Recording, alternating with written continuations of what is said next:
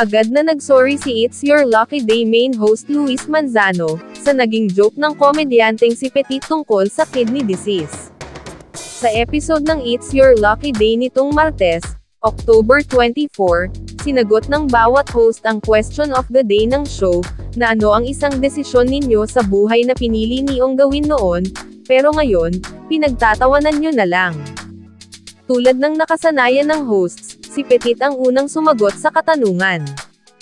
Siguro sa jowa, tila puwelang sagot ni Petit. Totoo pala yung kasabihan na, pag-ibig pag tumama sa puso, hahamakin ang lahat masunod ka lamang. Doon na nag-joke si Petit ng kwento umano tungkol sa ex niyang nagkaroon daw ng kidney failure. Kasi yung ex ko, nagkasakit siya. Nagkaroon siya ng kidney failure. Kailangan po ng donasyon ng kidney para sa kanya. So yung lola ko, kinausap ko. Sabi ko, lola, baka pwedeng ibigay mo na lang yung kidney mo kasi bata pa siya. Hindi pumayag yung lola ko. So ang ginawa ko, kinuha ko ng mano-mano. Gamit ko lang yung nail cutter. Biro pa niya, kapag bumibisita raw ang kanyang jowa sa bahay nila, napapasigaw na lamang daw ang kanyang lolang nasa wheelchair, dahil sa tila trauma raw na inabot niya rito. Pagkatapos nun, sumagot naman sa question of the day ang ibang hosts na sina Taytay, Kyle Echari, at Andrea Brillantes. Matapos ang naging sagot ni Andrea tungkol sa pag-ibig, humirit pa si Petit na, buti raw at walang pinagsisisihan ang aktres. Ang importante, wala kang pinagsisisihan, kasi ako akala ko ang nabigay ko kidney, atay pala, hirit ni Petit na nagpatawa naman sa ibang hosts.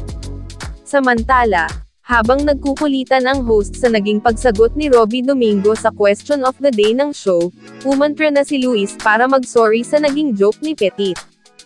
Sandali, babawian ko lang, kasi si Petit kanina nag-joke tungkol sa pinagdadaanan ng mga may kidney disease.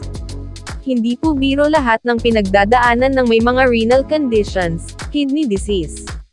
So kumbaga, sorry po dun sa mga, pasintabi lang doon sa mga kumbaga medyo naapektuhan po. So we apologize po for that joke, saad ni Luis. Hindi naman nagsalita si Petit pagkatapos ng naging paghingi ng tawad ni Luis sa kanyang naging joke. Matatanda ang pinalagan din ng mga netizen ang naging katutubo joke ni Petit sa kanyang vlog kamakailan. Ibinida kasi ni Petit sa kanyang vlog ang mga eksena sa likod ng camera sa kanilang paghahanda para sa noontime show na Romel Yebo sa suspendidong It's Showtime. Nai-report ng isang pahayagan ang tungkol sa banat na joke ni Petit habang kausap ang co-hosts na sina Francine Diaz at Seth Fedelin, o Francet. Ito, anak ko to si Francine sa Foreigner nung kadalagahan ko. German ang tatay niya. Ito naman Seth Norwegian. Si Negi kasi katutubo tatay niyan, mababasa sa art card. Sa comment section ng ulat ay umalma ang mga netizen dahil sa paggamit ng salitang katutubo, bilang katatawanan. May ilang nagtagpa sa National Commission on Indigenous Peoples na komisyong namamahala sa kapakanan ng indigenous people.